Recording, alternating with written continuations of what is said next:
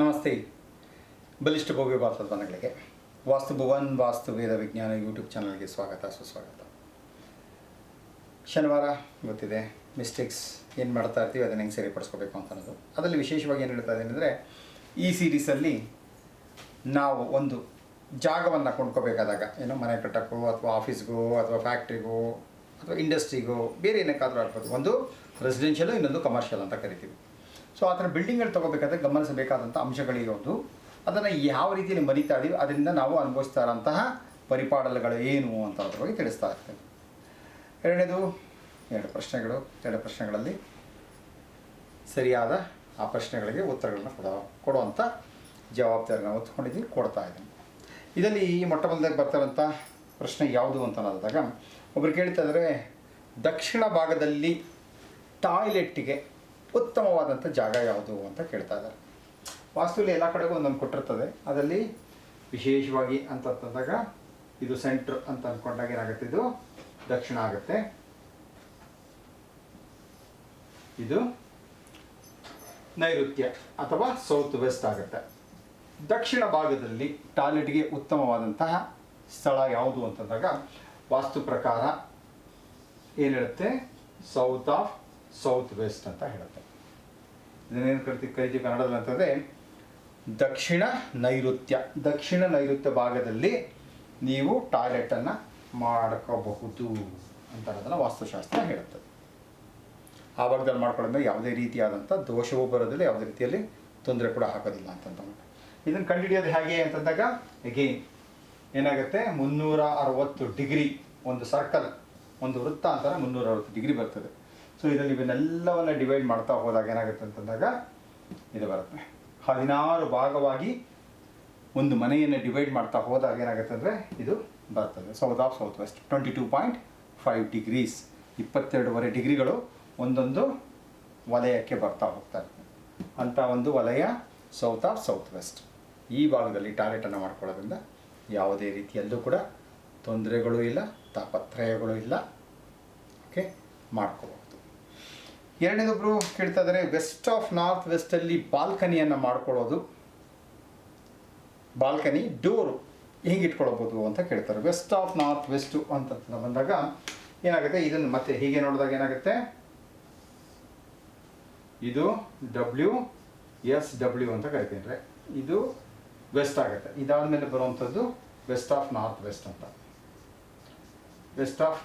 ಅಂತ ಬರ್ತದೆ. ಈ ಭಾಗದಲ್ಲಿ ಅಂತಂದರೆ ಈಗ ನೋಡೋಕೆ ಹೋದರೆ ಆ್ಯಕ್ಚುಲಿ ಇಲ್ಲಿ ಇರ್ತದೆ, ಇದು ನಾರ್ತ್ ವೆಸ್ಟ್ ಆಗಿಬಿಡ್ತದೆ ಅದು. ಸೊ ಇದು ವೆಸ್ಟ್ ಆಫ್ ನಾರ್ತ್ ವೆಸ್ಟ್. ಅದೇ ಈಗ ಹೇಳೋದಿಲ್ಲ, 22.5 ಡಿಗ್ರಿ ಒಂದೊಂದು ವಲಯಕ್ಕೆ ಬರ್ತಾ ಹೋಗ್ತಾ ಇರ್ತದೆ. ಓಕೆ, ಇಲ್ಲಿ ಮಾಡ್ಕೊಂಡಾಗ ನಿಮಗೆ ಬಾಲ್ಕನಿ ಡೋರು ಅಂತ ಬಂದಾಗ ಏನಾಗುತ್ತೆ, ಸಾಧಾರಣವಾಗಿ ಏನು ಹೇಳ್ತೀವಿ ಅಂದರೆ, ಇದರಲ್ಲೂ ಹೀಗೆ ಮತ್ತೆ ಇನ್ನೊಂದು ವಾಸ್ತುವನ್ನು ನೋಡ್ತಾ ಹೋಗ್ತೀವಿ. ಈ ಭಾಗದಲ್ಲಿ ಏನೋ ಒಂದು ರೂಮ್ ಬಂದಿರ್ತದೆ, ಇದಕ್ಕೆ ಇಲ್ಲಿ ಬಾಲ್ಕನಿ ಬಂದಿರುತ್ತೆ ಅಂತಂದರೆ, ಇದರಲ್ಲಿ ಏನು ಮಾಡ್ತೀವಿ ಅಂದರೆ ನಾರ್ತ್ ವೆಸ್ಟ್ ಕಡೆಗೆ, ಈ ಕಡೆಗೆ ಡೋರನ್ನು ಕೊಡೋದಕ್ಕೆ ಇಚ್ಛೆಯನ್ನು ಪಡ್ತೀವಿ.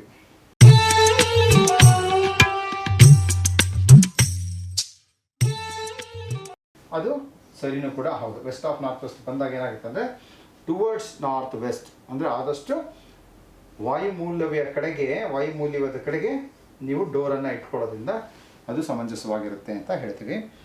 ಇದು ಆ ಡೋರ್ ಏನಿಟ್ಟಿರ್ತಾರಲ್ಲ, ಆ ಡೋರನ್ನು ಏನಕ್ಕೋಸ್ಕರ ಇಡ್ತೀವಿ ಅಂದರೆ, ಒಂದು ಆಚೆ ಕಡೆ ಬರೋಕ್ಕೆ ಹೋಗೋಕ್ಕೆ. ಬಾಲ್ಕನಿ ಅಂತ ಬಂದಾಗ ಏನಾಗ್ಬಿಡುತ್ತೆ ಅಂದರೆ, ನಮಗೆ ವಿಶೇಷವಾಗಿ ಬಾಲ್ಕನಿಗೆ ಬಂದಾಗ ರಿಲ್ಯಾಕ್ಸ್ ಮಾಡ್ಕೊಳ್ಳೋದಾಗಿರ್ಬೋದು, ಅಥವಾ ಬಟ್ಟೆ ಒಣಗಾಕೋದಾಗಿರ್ಬೋದು, ಅಥವಾ ಎಕ್ಸಸೈಸ್ ಮಾಡೋಕ್ಕಾಗಿರ್ಬೋದು, ಯೋಗ ಮಾಡೋಕ್ಕಾಗಿರ್ಬೋದು, ಅಥವಾ ಸ್ಟಡೀಸ್ ಮಾಡೋಕ್ಕಾಗಿರ್ಬೋದು, ಏನು ಬೇಕಾರಾಗಿರ್ಬೋದು.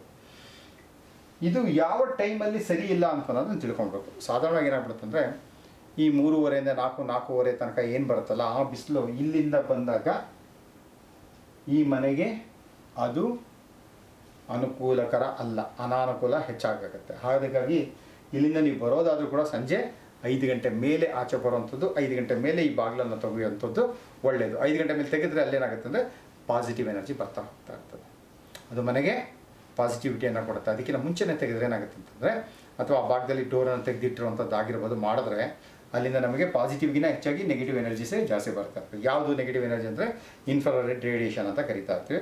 ಅದನ್ನು ನಮ್ಮ ಶಾಸ್ತ್ರಗಳಲ್ಲಿ ಏನು ಹೇಳ್ತಾರೋ ಅದು ರಾಹು ಪ್ರಭಾವ ಅಂತ ಹೇಳ್ತಾ ಇರ್ತಾರೆ. ಅದಾಗಬಾರ್ದು ಅನ್ನೋದಾದರೆ ಮಧ್ಯಾಹ್ನ ಹೇಳ್ತೀನಲ್ಲ, ಹೆಚ್ಚು ಕಮ್ಮಿ ಒಂದು 3-4:30-5 ಗಂಟೆ ತನಕ ತೆಗೆದೇ ಇರೋದು ಒಳ್ಳೆಯದು. ಆಮೇಲೆ ತೆಕ್ಕೊಳ್ಳಿ ಅಂತ ಹೇಳ್ತೀನಿ. ಓಕೆ, ಇದು ನೀವು ಕೇಳಿದಂಥ ಪ್ರಶ್ನೆಗೆ ಉತ್ತರಗಳು. ಈಗ ಕಾಮನ್ ಮಿಸ್ಟೇಕ್ಸ್ ಇನ್ ವಾಸ್ತು ಅಂತ ಬಂದಾಗ ಏನಾಗುತ್ತೆ, ಸಾಧಾರಣವಾಗಿ ಏನು ಮಾಡ್ತೀವಿ ಅಂದರೆ ಸೈಟ್ಗಳನ್ನು ಲೊಕೇಶನ್ಗಳನ್ನು ನೋಡೋಕ್ಕೆ ಹೋಗ್ತಾ ಇರ್ತೀವಿ. ಮಾಡಿದಾಗ ಏನಾಗುತ್ತೆ, ವಾಸ್ತು ಪ್ರಕಾರ ಏನು ಹೇಳುತ್ತಂದರೆ, ಈಗ ಕೆರೆ ಆಗಿರ್ಬೋದು, ಕುಂಟೆ ಆಗಿರಬಹುದು, ಅಥವಾ ಅಲ್ಲಿನ್ನೇನೋ ವಾಟರ್ ಬಾಡಿ ಆಗಿರ್ಬೋದು, ಅಥವಾ ನದಿ ಆಗಿರ್ಬೋದು, ತೊರೆ ಆಗಿರ್ಬೋದು, ಏನೇ ಇರಬಹುದು.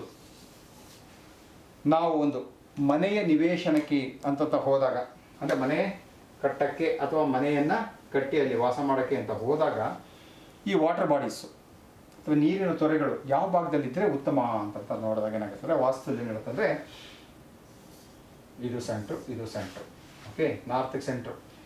ಈ ಭಾಗದಿಂದ ನಾರ್ತ್ ಸೆಂಟ್ರ್ ಭಾಗದಿಂದ ಏನಾಗ್ಬೋದು, ಇಲ್ಲೆಲ್ಲನೂ ಕೂಡ ನಿಮಗೆ ವಾಟರ್ ಬಾಡೀಸ್ ಇರಬಹುದು.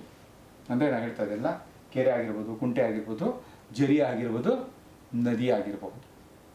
ಇವೆಲ್ಲ ಕೂಡ ವಾಟರ್ ಬಾಡೀಸು. ಪಾಂಡು ಗೀಂಡು ಇವೆಲ್ಲ ಏನಿರ್ತಲ್ಲ, ಇವೆಲ್ಲನೂ ಕೂಡ ಇದು ನಾರ್ತಲ್ಲಿರಬಹುದು, ನಾರ್ತ್ ಈಸ್ಟಲ್ಲಿರ್ಬೋದು, ಸೆಂಟರ್ ಆಫ್ ಈಸ್ಟ್. ಈ ಭಾಗದಲ್ಲಿ ನಿಮಗೆ ವಾಟರ್ ಬಾಡೀಸ್ ಏನಾದ್ರು ಇತ್ತು ಅಂತಂದರೆ ತುಂಬ ತುಂಬ ತುಂಬ ತುಂಬ ತುಂಬ ಒಳ್ಳೆಯದು. ಯಾಕೆ ಅಂತಂದರೆ, ವಾಸ್ತುವಲ್ಲಿ ಅಂತ ಬಂದಾಗ ಪಂಚಭೂತಗಳಿಗೆ ಪ್ರತಿಯೊಂದಕ್ಕೂ ಅದರದೇ ಆದಂಥ ಸ್ಥಾನಗಳಿರುತ್ತೆ. ಆ ಸ್ಥಾನಗಳೇನಾಗುತ್ತೆ, ಇದು ವಿಶೇಷವಾಗಿ ಈ ಕಾಲು ಭಾಗ ಏನಿರುತ್ತಲ್ಲ, ಈ ಕಾಲು ಭಾಗ ಬಂದ್ಬಿಟ್ಟು ಜಲತತ್ವವನ್ನು ಹೊಂದಿರುವಂಥದ್ದು, ಜಲತತ್ವವನ್ನು ಸೂಚಿಸುವಂಥದ್ದು, ಜಲತತ್ವದ ಪ್ರಭಾವವನ್ನು ಕೊಡುವಂತಹದ್ದು ಇಲ್ಲಿಂದ ಇಲ್ಲಿ ತನಕ ಈ ಕಾಲು ಭಾಗ. ಓಕೆ, ಹಾಗಾಗಿ ಯಾರು ಮನೆಯನ್ನು ಮಾಡ್ಬೇಕಾದ್ರೆ ಏನು ಮಾಡೋದು, ಆದಷ್ಟು ನಿಮ್ಮ ಮನೆಗೆ ನಾರ್ತ್ ಈಸ್ಟು ಅಥವಾ ಈಸ್ಟ್ ಭಾಗದಲ್ಲಿ ಈ ರೀತಿಯಾದಂಥ ಜಲಕ್ಕೆ ಸಂಬಂಧಪಟ್ಟಂತಹ ಏನಾದ್ರು ಇದ್ದರೂ ಕೂಡ ನಿಮಗೆ ಅದು ಶ್ರೇಯಸ್ಸನ್ನು ಕೊಡುತ್ತೆ ಅಂತ ಹೇಳೋದ್ರ ಮೂಲಕ ನೀವು ಸೈಟ್ಗಳನ್ನು ನೋಡಬೇಕಾದಾಗ ಇದನ್ನು ವಿಶೇಷವಾಗಿ ಗಮನದಲ್ಲಿ ಇಟ್ಕೊಂಡು ನೋಡಿ ಉತ್ತಮವಾದಂಥ ನಿವೇಶನವನ್ನು ಸೆಲೆಕ್ಟ್ ಮಾಡ್ಕೊಳ್ಳಿ. ಅದರಲ್ಲಿ ಉತ್ತಮವಾದಂಥ ಮನೆಯನ್ನು ಕಟ್ಕೊಂಡು ಅಷ್ಟೈಶ್ವರ್ಯಗಳ ಜೊತೆಗೆ ಎಲ್ಲರೂ ಕೂಡ ಚೆನ್ನಾಗಿರಲಿ ಅಂತ ಕೇಳ್ಕೊಳ್ತಾ, ನಮಸ್ತೆ, ಜೈ ಹಿಂದ್.